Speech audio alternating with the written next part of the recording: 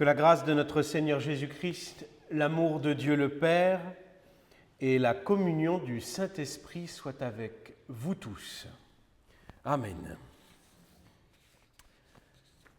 Chers frères et sœurs, Christ est vraiment ressuscité.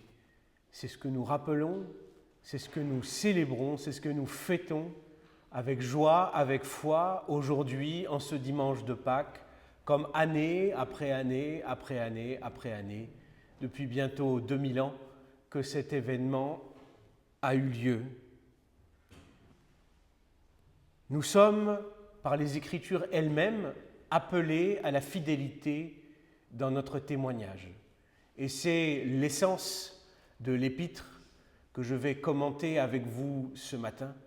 Nous sommes appelés à la fidélité de notre témoignage, à le répéter et à le transmettre année après année. Mais vous verrez que cette fidélité n'est pas une vaine répétition. Cette fidélité n'est pas répétée pour répéter. Cette fidélité est porteuse de vie, porteuse de salut, porteuse de sagesse pour vous, ici et maintenant. Et si Dieu insiste tant pour que nous soyons trouvés fidèles, pour que nous répétions exactement ce qu'il nous a demandé de dire, c'est pour des raisons bien précises que nous allons exposer ensemble ce matin. Nous commençons par rappeler les premiers versets de ce texte que nous trouvons dans la première épître aux Corinthiens au chapitre 15, à partir donc du verset 1 et le verset 2. « Je vous confirme, mes frères, la bonne nouvelle que je vous ai annoncée, celle que vous avez reçue, dans laquelle vous vous tenez, et par laquelle aussi vous êtes sur la voie du salut, si vous la retenez dans les termes où je vous l'ai annoncé. Autrement, c'est pour rien que vous seriez venus à la foi. » Pourquoi célébrer la Pâque avec sérieux? Pourquoi en avoir fait une semaine sainte? Pourquoi autant de célébrations cette semaine-là? Pourquoi les faire en suivant une certaine façon, un certain modèle et pas un autre? Pourquoi répéter les mêmes paroles année après année? Pourquoi chercher absolument à avoir un témoignage clair et rigoureux de ces événements-là? Parce que l'oubli nous guette, même parmi nous.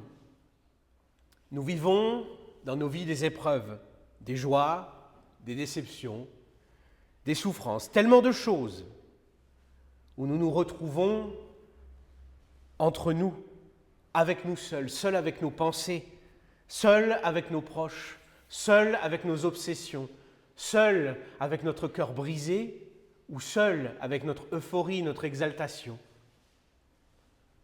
Autant de temps que nous passons dans nos journées, dans nos semaines, dans nos mois, sans parler de Dieu, sans penser à Dieu, sans nous sentir en présence de Dieu, sans vivre cette présence, sans nous rappeler les promesses, sans les consulter. Alors on objectera, oui, mais Dieu, il est partout. Pas besoin, et il n'a pas besoin de nous pour être là. Alors oui, c'est sûr, c'est vrai. Et c'est malheureusement une excuse commode. Parce que si Dieu est partout et si Dieu est tout le temps là, qu'ai-je besoin de faire moi? Qu'ai-je besoin de dire? Pourquoi est-ce que je devrais absolument me comporter de telle manière et pas de telle autre, puisque de toute façon Dieu est là? Donc qu'importe. Sauf que ce qui est en jeu, ce n'est pas la présence de Dieu. Ce qui est en jeu, c'est votre fidélité à vous. Bien sûr que Dieu est là sans vous. Bien sûr que Dieu n'a pas besoin de vous pour exister. Dieu était là avant vous de toute manière.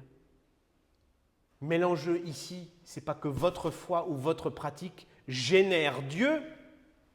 L'enjeu, c'est que vous n'oubliez pas.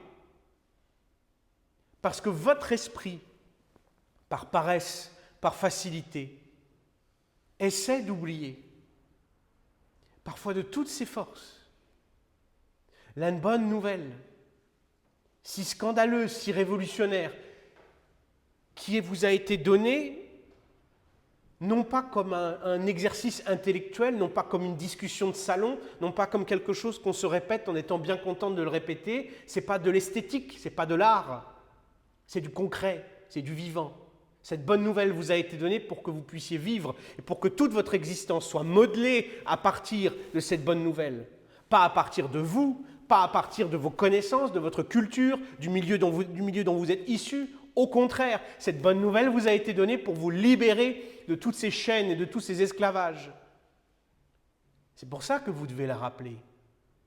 Ça n'a rien à voir avec le fait que Dieu soit présent ou pas. Mais c'est parce que nous revenons à nos chaînes. Parce que le monde entier nous le rappelle. Dès que j'aurai quitté ces lieux, je rentrerai dans mon chez-moi, parmi mes proches, dans ma famille. Ce sera pareil pour vous.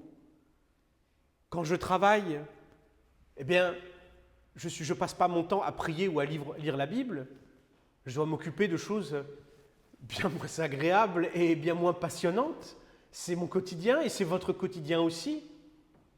Et quand ce n'est pas ça, c'est des appels où on m'annonce une mauvaise nouvelle, où quelqu'un de ma famille me dit, je ne sais pas, qu'il tombe malade, que je dois me soucier de lui. Ces quantités de choses qui nous arrivent, qui m'arrivent, qui vous arrivent et qui font que nous ne pensons plus à Dieu. Nous oublions ce sentiment que nous avons ressenti quand nous avons entendu la bonne nouvelle pour la première fois. Ce sentiment si fort et si vif d'être enfin libre, enfin vivant, parce que Dieu vous a libéré et Dieu est vivant. Le monde et notre chair témoignent contre Dieu. Et si vous en voulez une preuve, posez-vous ces questions. C'est quand la dernière fois que vous avez cru que Dieu vous a abandonné? C'est quand la dernière fois que vous avez pensé que Dieu vous en voulait? C'est quand la dernière fois que vous avez dit que ce qui vous arrive, c'est une punition divine? C'est quand la dernière fois que dans l'épreuve, dans la souffrance, vous avez pensé à votre Seigneur sur la croix? C'est quand la dernière fois que vous vous êtes dit « Je souffre, mais il est là, parce qu'il a souffert lui aussi, pour que jamais je ne sois seul dans ma souffrance ». Est-ce que vous vous sentez accompagné du Christ quand vous allez mal? Ou est-ce que ça aussi vous l'avez oublié? Est-ce que c'est une abstraction de plus? Ou est-ce que c'est une réalité vivante? Est-ce que vous vous en rappelez une fois par semaine, une fois par mois, une fois par trimestre, une fois par semestre, une fois par an, alors ça va? Ou est-ce que c'est au centre de votre vie, de tous les jours? Est-ce que ça rythme votre journée? La personne qui ne se tient pas dans la bonne nouvelle se fait souffrir elle-même. La personne qui ne retient pas les termes employés par Dieu pour nous rejoindre se fait souffrir elle-même. Parce qu'elle s'expose à la confusion du monde. Elle se donne elle-même à un lieu hostile qui va lui proclamer toutes sortes de contre-vérités pour l'éloigner de la croix, du réconfort, du salut, de la grâce offerte par Dieu. Notre Dieu vous dit « Je suis avec vous ». Et nous, qu'est-ce que nous en faisons? Nous l'oublions. Tout happés que nous sommes par nos occupations quotidiennes si importantes, nous oublions et nous négligeons ce réconfort qui nous est donné gratuitement, dans des mots précis. Le Dieu bon et plein d'amour a produit pour vous le remède à l'isolement et à la souffrance, et il l'a fait au prix de son sang, au prix de sa propre douleur. Et ce remède, il vous le donne gratuitement. Mais nous ne nous y tenons pas. Nous ne le retenons pas, ce remède. Les diversions, effectivement, comme je vous l'ai dit, s'opposent à notre foi. Elles produisent l'approximation et l'oubli. Et l'approximation est souvent cette tendance que nous avons à vouloir rendre plus commode la vérité révélée. Par exemple, cette idée, mais de toute façon, Dieu est partout, donc je n'ai pas besoin de faire quoi que ce soit. Je n'ai pas besoin de rendre un culte particulier, de dire des paroles en particulier, de prier à tel moment et pas à tel autre. Je n'ai pas besoin de faire ça, puisque Dieu est partout. Cette approximation, c'est précisément la pente de votre âme qui lutte, influencée par la chair, contre la grâce. C'est votre souhait de rejoindre l'isolement, les ténèbres, plutôt que de vous mettre sous la lumière de Dieu.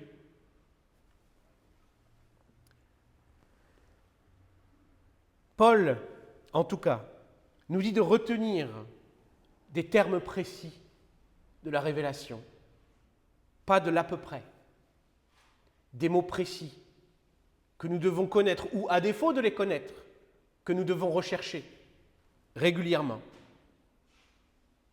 Où sont ces termes précis? Eh bien, vous le savez, dans votre Bible. Pourquoi est-ce qu'on l'ouvre si peu alors? Parce qu'on s'imagine qu'on sait suffisamment? Parce qu'on pense qu'on est assez calé, assez doué? Le temps où la lecture de la Bible était l'exclusivité du clergé est révolu depuis au moins 5 siècles. Maintenant, nous savons tous lire et écrire, l'imprimerie est passée par là, la Bible a été traduite en langue courante, et nous rechignons encore à l'ouvrir.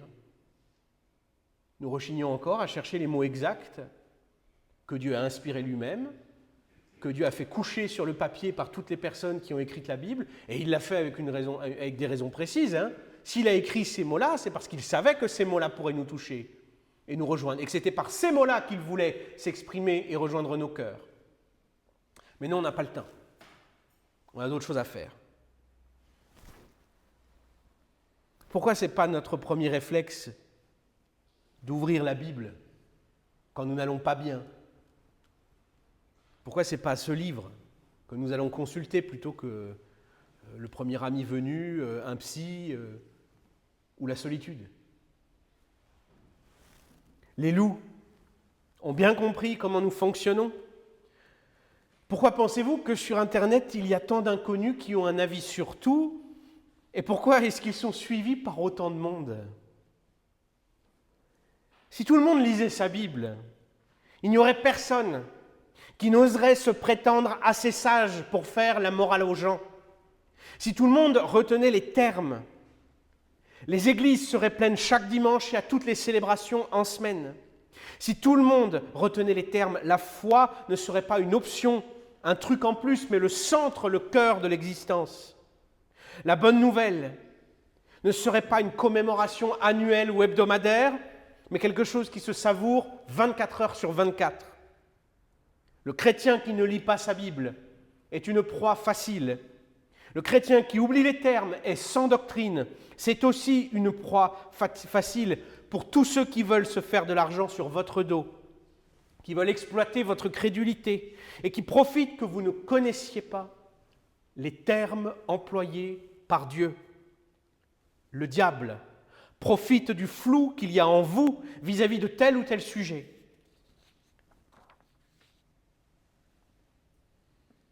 Les gens en arrivent à se demander « Mais pourquoi Jésus est mort pour moi? Qu'est-ce que je fais de mon péché? Est-ce que je dois culpabiliser ou pas? Est-ce que je suis vraiment pardonné? Est-ce que ça sert vraiment à quelque chose de rechercher ce pardon ?»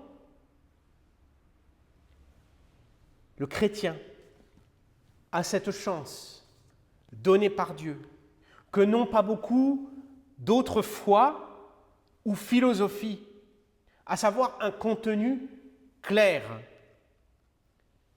La Bible est claire. Et si un passage est obscur, lisez un autre passage qui parle du même sujet, ça va l'éclaircir.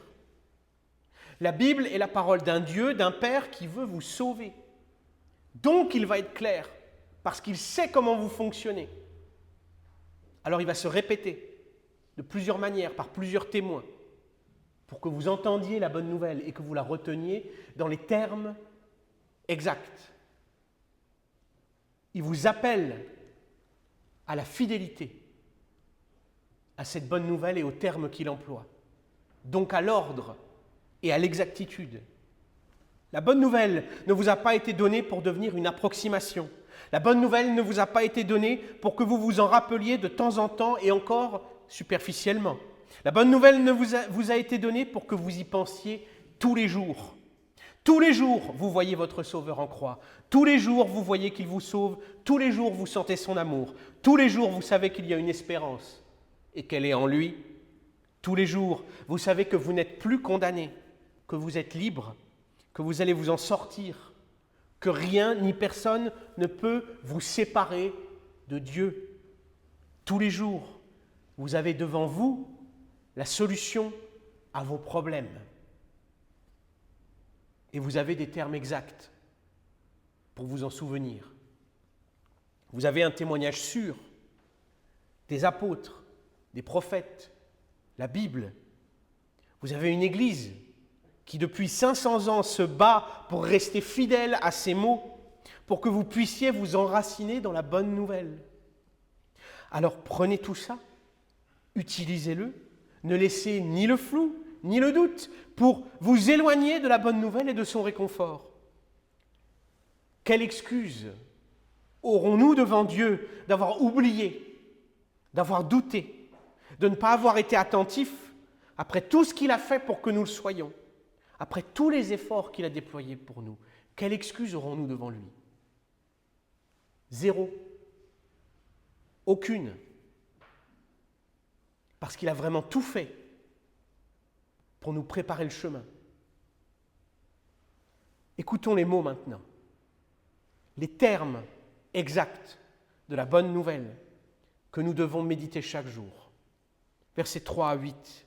« Je vous ai transmis avant tout ce que j'avais moi-même reçu.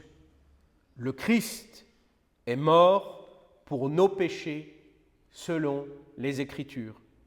Il a été enseveli, il s'est réveillé le 3e jour selon les Écritures. Il est apparu à Céphas, puis aux 12. Ensuite, il est apparu à plus de 500 frères à la fois. La plupart d'entre eux sont demeurés en vie, quelques-uns se sont endormis dans la mort. Ensuite, il est apparu à Jacques, puis à tous les apôtres. Après eux tous, il m'est apparu à moi aussi comme à un avorton. » La bonne nouvelle, dans son essence, est une transmission et un témoignage. De témoin en témoin, des personnes se sont transmis l'espérance. C'est le principe et le but de l'Église que d'être le lieu où on témoigne ensemble de la bonne nouvelle. Ce n'est pas l'exclusivité du pasteur. L'assemblée, c'est l'Église, c'est vous. Le témoignage est fraternel. Le principe même donc de l'Église, c'est d'être missionnaire en intérieur ou à l'extérieur, c'est-à-dire de témoigner sans cesse pour s'édifier les uns les autres et pour édifier des personnes de l'extérieur qui n'ont pas encore entendu la bonne nouvelle. On en déduit alors que l'Église n'est pas un édifice né d'hier, même s'il se dit né de nouveau. C'est quelque chose qui vit sur un héritage et qui n'existe que grâce à un héritage. Son histoire, ses traditions, qui ne sont pas des traditions d'hommes, mais des traditions selon les termes exacts du contenu de la foi révélée par Dieu aux apôtres. Le contenu évangélique, apostolique.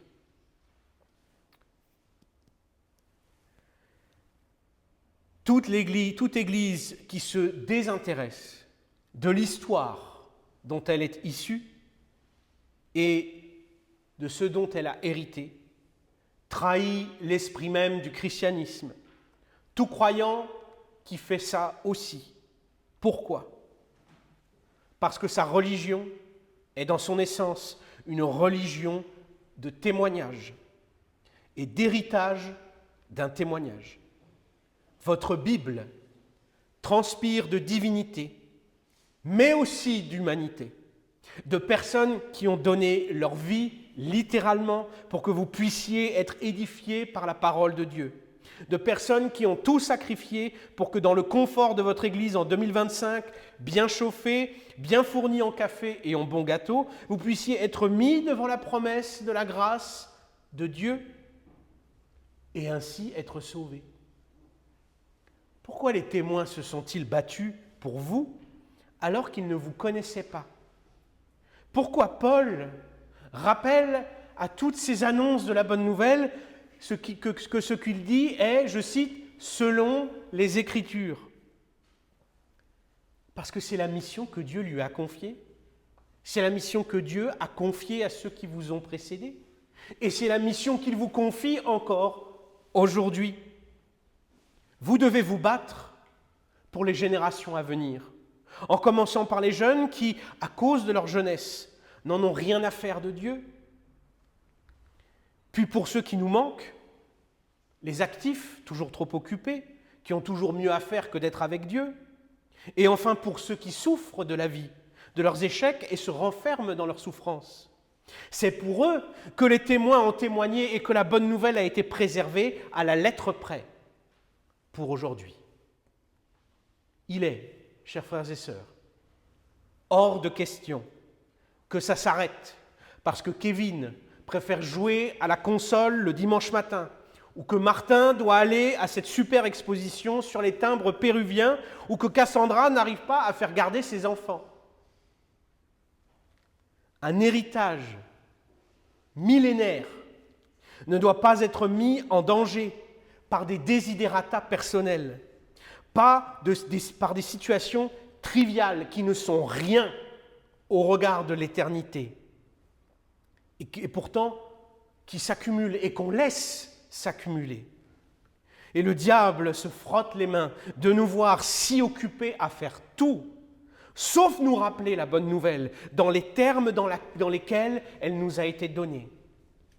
Le diable se régale que nous soyons infidèles à l'héritage sur lequel nous avons été bâtis. Il se régale que nous ne nous sentions pas responsables de cet héritage. Mais nous sommes responsables de cet héritage et c'est précisément pour ça que Dieu nous a mis sur terre et nous fait vivre. Et nous papillonnons et nous disons que nous avons plus important à faire, que préserver notre Église, donner son témoignage au monde, c'est pas si important que ça. Versets 9 et 10. Paul ajoute « Moi, en effet, je suis le moindre des apôtres. C'est même trop d'honneur pour moi que d'être appelé apôtre puisque j'ai persécuté l'Église de Dieu. Mais par la grâce de Dieu, je suis ce que je suis et sa grâce envers moi n'a pas été inutile. Au contraire, j'ai travaillé plus que eux tous. Non pas moi toutefois, mais la grâce de Dieu qui est avec moi. » À cause de nos négligences et de notre paresse, nous passons à côté de l'essentiel. À cause de notre péché, nous nous empêchons de vivre ce à quoi Dieu nous appelle. La transmission n'est pas là juste pour faire joli ou remplir les caisses et les bancs de l'Église. La transmission, c'est pour vous permettre de vivre de la grâce. N'est-ce pas le délice du diable que de vous en empêcher, de vous tenter et de vous encourager à aller partout sauf à l'église, de vous laisser vous enfermer dans votre culpabilité et de vous pousser à faire chaque jour des œuvres inutiles, des obsessions dommageables, des choses qui n'ont rien à voir avec la croix, avec Dieu, mais qui accaparent votre cœur et vous font penser à tout sauf à votre Sauveur. N'est-ce pas le délice de Dieu de vous pousser à participer à toute activité sauf celle organisée par votre Église, pour que vous soyez préoccupés de tout sauf de la libération promise par Dieu, pour que vous lisiez tout chaque jour, sauf la Bible, pour que vous vous réclamiez de traditions familiales, locales, nationales, plutôt que de celles de votre confession de foi. Pour que vous viviez de n'importe quelle manière, sauf de la grâce. Le diable ne veut pas des hommes et des femmes libres, il veut des esclaves et il conspire pour vous remettre vos chaînes, pour que votre baptême ne serve à rien, pour que votre foi ne serve à rien. Si votre désir, c'est d'être esclave, alors n'ouvrez jamais votre Bible et venez le moins possible dans votre église.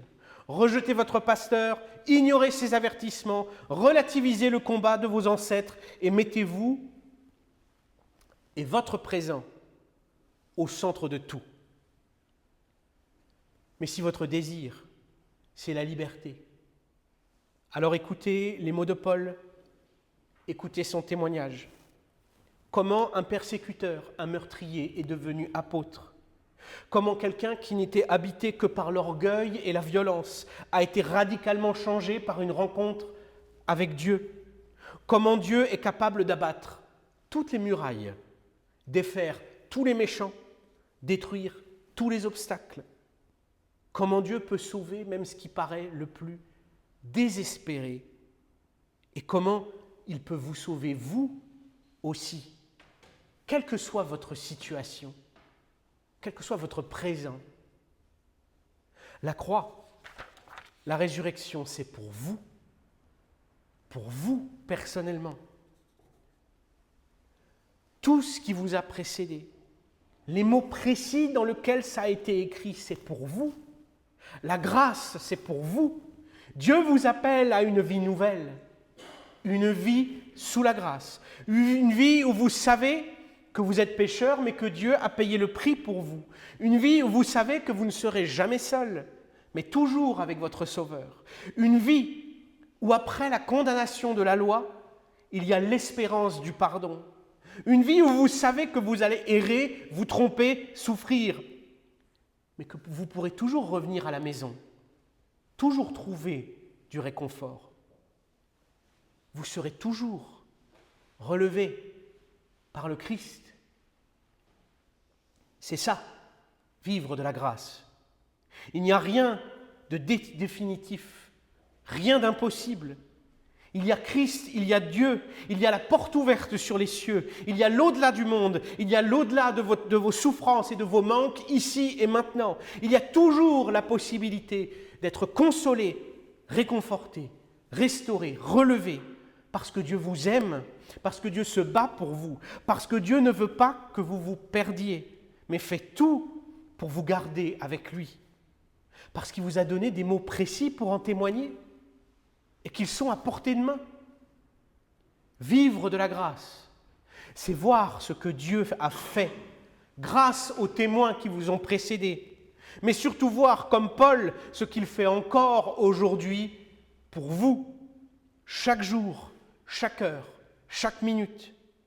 Dieu est avec vous et il agit pour vous. La grâce de Dieu, son pardon pour Paul et tout ce qu'il a fait, toute la transformation que Dieu a créée pour lui, ça l'a fait travailler chaque jour jusqu'au dernier pour Dieu. La grâce de Dieu vous donnera la même force,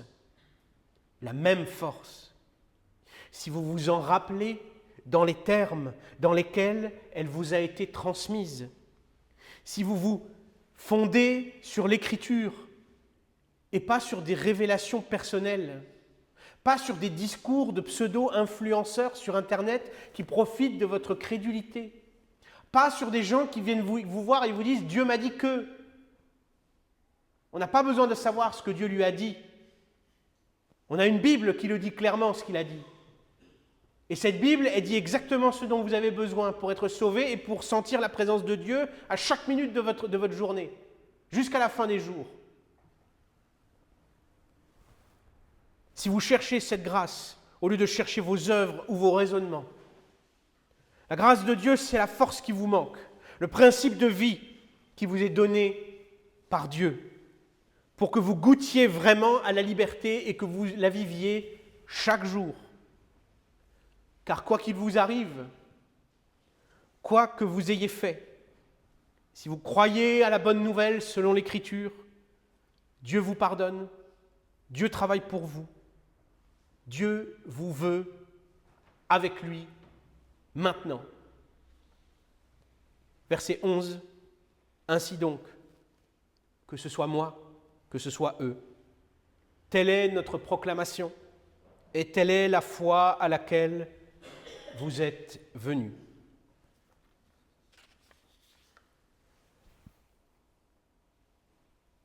Un bon témoignage, bien reçu, bien compris, créé dans le cœur de celui qui le reçoit, la reconnaissance.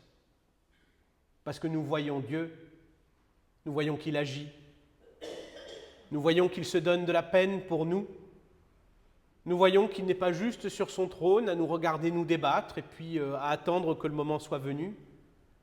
Nous voyons que personnellement, il s'est rendu parmi nous, qu'il a souffert pour nous et qu'il est revenu même après. Il aurait pu simplement partir et nous laisser dans le deuil. Non, il est revenu. Il est revenu pour bien s'assurer que nous avions compris qui il était et ce qu'il avait fait pour nous. Et même là, il nous a révélé des mystères que nous avons la joie de connaître parce que des gens fidèles les ont écrits dans des termes exacts et précis que vous avez librement à votre disposition aujourd'hui pour les entendre, les vérifier, les vivre, les méditer. Cette reconnaissance nous fait proclamer, nous donne des raisons de proclamer la bonne nouvelle. Le vrai témoignage est basé sur cette reconnaissance, pas sur une envie absolument de remplir les bancs ou les caisses, mais vraiment par reconnaissance. Quand nous voyons tout ce que Dieu a fait pour nous, comment il nous a relevés, comment il nous a aimés, comment ne pas vouloir que les autres le sachent? Comment ne pas avoir envie de leur dire? Est-ce que nous désirons les voir périr en enfer, c'est ça? Ou est-ce que nous avons envie qu'eux aussi aient la chance que nous ayons eue? Et est-ce que ce n'est pas respecter ceux qui nous ont précédés et qui l'ont fait fidèlement? Parce que c'est grâce à eux, si on est là. Nous aussi œuvrons pour ceux qui ne sont pas encore là, ou ceux qui sont là et qui peinent à croire. Ils ont un besoin vital de recevoir cette bonne nouvelle. Vital.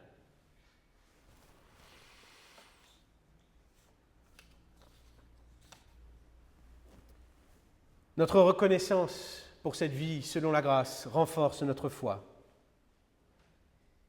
Cette reconnaissance, c'est réaliser que Jésus est ressuscité, revenu de la mort, pour venir nous chercher, te parler, par les mots précis, exacts de ceux qui t'ont précédé, des chrétiens et des apôtres, par ton Église qui reproduit fidèlement ces mots-là. Jésus est vraiment ressuscité et il est avec toi vivant dans ta vie, dans ton cœur. Il est vraiment ressuscité et il veut t'emmener avec lui dans son royaume quand ce sera ton heure. Jésus est vraiment ressuscité et il veut que tu vives avec lui. Que la paix de Dieu qui surpasse toute intelligence garde vos cœurs et vos esprits en Jésus-Christ pour la vie éternelle. Amen.